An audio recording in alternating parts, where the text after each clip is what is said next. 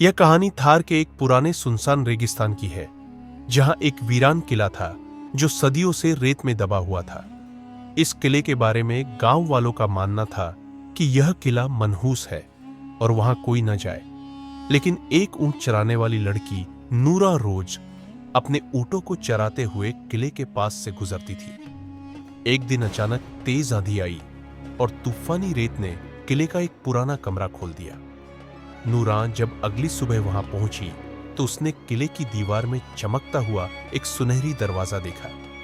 जिज्ञासा में आकर नूरा ने दरवाजा खोला तो अंदर एक कैद में बंधा बूढ़ा जादूगर मिला, जो कमजोर था, लेकिन उसकी आंखों में गुस्सा नहीं बल्कि दर्द झलक रहा था।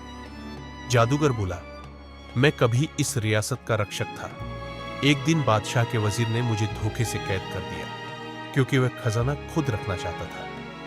अब मैं आजाद हूं, मगर मेरी ताकत अभी पूरी नहीं लौटी है। अगर तुम मेरा बदला लेने में मेरी मदद करो तो मैं तुम्हें अपनी ताकत का वारिस बना दूंगा।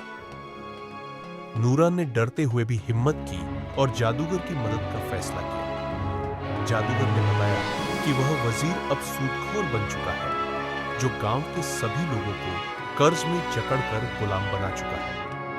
नूरा ने जादूगर से सीखा कि कैसे रेगिस्तान की हवाओं से बात करनी है, कैसे रेत में छिपे संदेश पढ़ने हैं और कैसे रेगिस्तान के जानवरों से मदद लेनी है।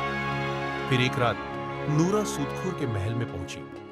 वह अकेली नहीं थी, उसके साथ रेगिस्तान की हवा, रेत और जादूगर की जादुई ताकत थी। नूरा ने महल के अंदर जाकर सूदखोर का सामना किया। सूदखोर ने जादू से खुद को एक भयानक दानव में बदल लिया, लेकिन नूरा ने एक जादुई घेरा बनाकर उसे कैद कर लिया और फिर रेगिस्तान की रेत से उसे जमीन में दफना दिया।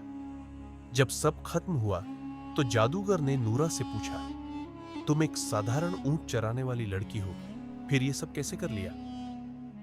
नूरा मुस्कुराई और बोली, मैं साधारण हूं, मगर मेरे दिल में रेत के तूफान की हिम्मत है और हिम्मत ही सबसे बड़ा जादू है। यह सुनकर जादूगर ने नूरा को अपनी सारी ताकत सौंप दी। अब वह सिर्फ एक चरवाही नहीं रही, वह रेगिस्तान की रेत, हवाओं और रहस्यों की मालिक बन गई। गांव वाले कहते हैं, आज भी जब थार में आंधी उठती है तो उसके बीच नूरा की मुस्कान और कदमों की आहट सुनाई देती है।